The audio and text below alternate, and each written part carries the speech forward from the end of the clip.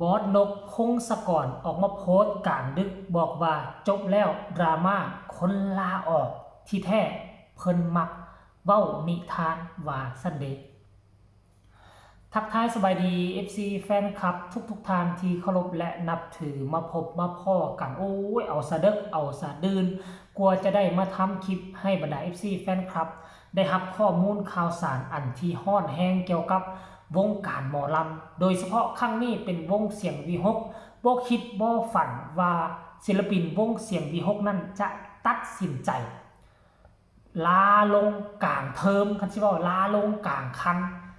จนเฮ็ดให้บอสใหญ่แห่งเสียงวีหกโดยเฉพาะคือบอสนกพงศกรออกมาโพสต์แบบตำหนิติเตือนไปยังศิลปินแบบว่าบ่ได้รับความเป็นธรรมบ่ได้รับความยุติธรรมตอนเจ้ามาหาค่อยเจ้าก็มาขอเวียกของานขออยู่เงินก็สิซื้อข้าวกินก็บ่มีมาขออยากนบอยากค้านอยากไหว้มาพุ่นล่ะพอเปิดโอกาสให้พอปีกกล้าขาแข็งมีวงใหม่ให้หลายกว่าสัมผัสว่ามาขอลาลงก็บ่ได้เว้าความจริงตัวหั่นตัวนี่เฮ็ดแนวใดให้เจ้าของวงเขาจะเห็นใจในที่สุดบอสนกพงศกรก็ตกเป็นเหยื่อศิลปินคนนั่นอีหลีเห็นใจปล่อยไปว่าซั่นเด้2-3 มื้อแจ้งเกิดขึ้นกับวงใหม่มันน่าเกลียดเกินไปจึงเฮ็ดให้นกพงศกรออกมาโพสต์เคลื่อนไหวในมื้อวานนี้นั่นเองคันลาลงแล้วเว้าความจริงค่อยจะบ่เสียใจแล้วว่าอันนี้ลาลงแล้วมาเว้าตัวกันตัวว่าสิไปหั่นไปนี่ที่จริงแล้วโตย้ายวงใหม่ก็บ่เว้าว่าย้ายวงใหม่สิไปอยู่วงนั้นก็ว่าอยู่วงนั้นค่อยให้ไปอยู่แล้วว่าซั่นเด้แล้ว2 ชั่วโมงที่ผ่านมานี่บอสนกพงศกรก็ได้ออกมาเคลื่อนไหวครั้งล่าสุดเกี่ยวกับศิลปินลาลงว่าสรุปเพิ่นมักเว้านิทานต่อไปจำไว้เด้อผมรับศิลปินนักฮ้องหมอลำบ่ได้เปิดรับคนเว้านิทานก้อมเชิญที่อื่นนั่นล่ะถูกแล้วเลขออกแล้วเด้อว่าซะแน่ฟ้าวหลายจนลืมป่งคายอ้อเนาะล่าโซกหมานเห็นแจ้งแบบชัดเจนพร้อมกันจบแล้วเด้อเรื่องคนออกตามที่ค่อยคาดเดาเอาว่าจนลืมป่งคายอ้อนั่นก็หมายความว่าศิลปินคนนี้ฟ้าวที่จะไปขึ้นวงไม้ลายจนบ่ได้มาครอบมาไหว้มาลากันให้มันถูกต้องตามประเพณีของหมอลำปกติศิลปินจะลาลงจากวงใดวงหนึ่งเนาะจะได้ยกขันมาขอลาลงอย่างเป็นทางการแต่ตามที่เบิ่งศิลปินคนนี้บ่ได้มาเฮ็ดขั้นตอนแบบนี้แต่ก็บ่เป็นหยัง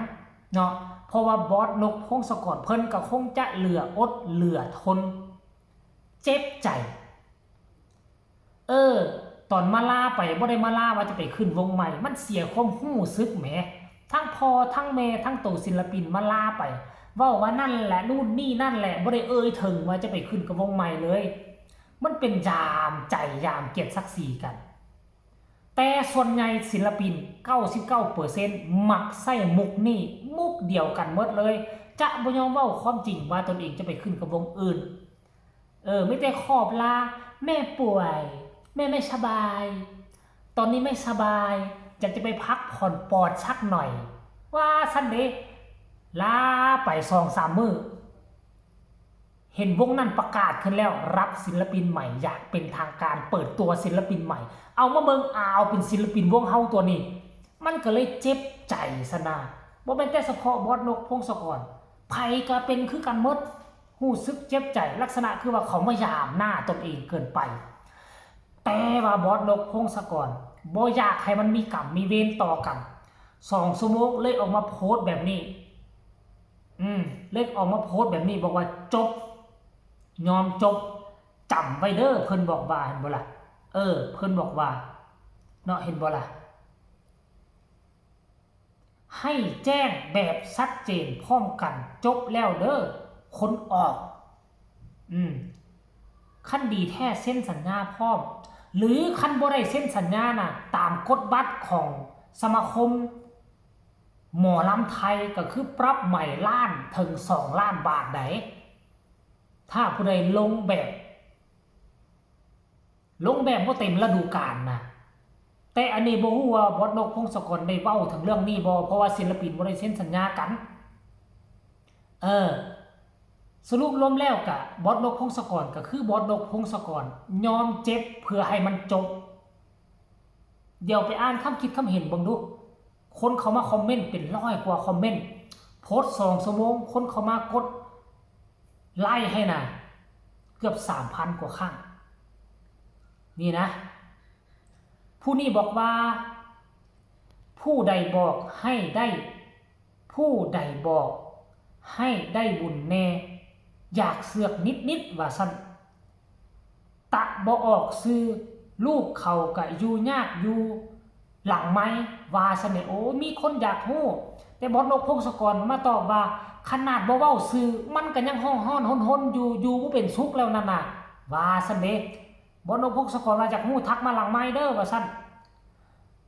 เกริ่นขึ้นเรื่องหนึ่งตอนจบเรื่องหนึ่งลงส้นว่าซั่นผู้ใดว่าพอจ๋าเป็นคนรักษาน้ำใจคนเสมอเนาะว่าซั่นเด้พอจ๋าเป็นคนใจดีเกินว่าซั่นเลขออกเลขตีออกไผแล้วมื้อนี้เลขออกไผฮู้แหละว่าไผนอนนาดีกว่าผู้นี้บอกว่าลง3 มื้อขึ้นม่องไม้โลดแบบนี้ติว่าซั่นจังว่าเอื้อยว่าซั่นเด้สู้ๆเด้อจ้าเก่าไปไม่ปาพงศกรผู้สร้างจื้อบ่บาดนี้ว่าซั่นเอาไม่ค่ะพอนกทำให้จิตเราไม่ดีน่าจะไม่ใส่ค่ะคนไม่รู้คุณคนชีวิตไม่มีอะไรดีค่ะทำจิตใจเราให้สบายน่าจะใสด้อยบุญที่เราให้ค่ะด้วยบุญที่เราให้ค่ะน่าจะเป็นแบบนี้ท่านผู้ชม FC แฟนครับเอาเรื่องราวคนลงจากเสียงวิหกมันก็เป็นความจริงอีหลีบอสนกพงศกรยอมเจ็บแต่ให้มันจบบ่มีเวรมีกรรมต่อกันจากนี้ไปคนละทิศคนละทางเห็นหน้าก็จะหากันเลยซะคันคนแบบนั้นนะฝากทุกคนกดไลค์กดแชร์กดติดตามให้แน่เพื่อจะบ่พลาดในคลิปต่อไปที่สำคัญจะกดข้ามโฆษณามีคำตำหนิติชมคำคิดคำเห็นส่งข่าวมาได้ทั้งใต้คอมเมนต์สบายดี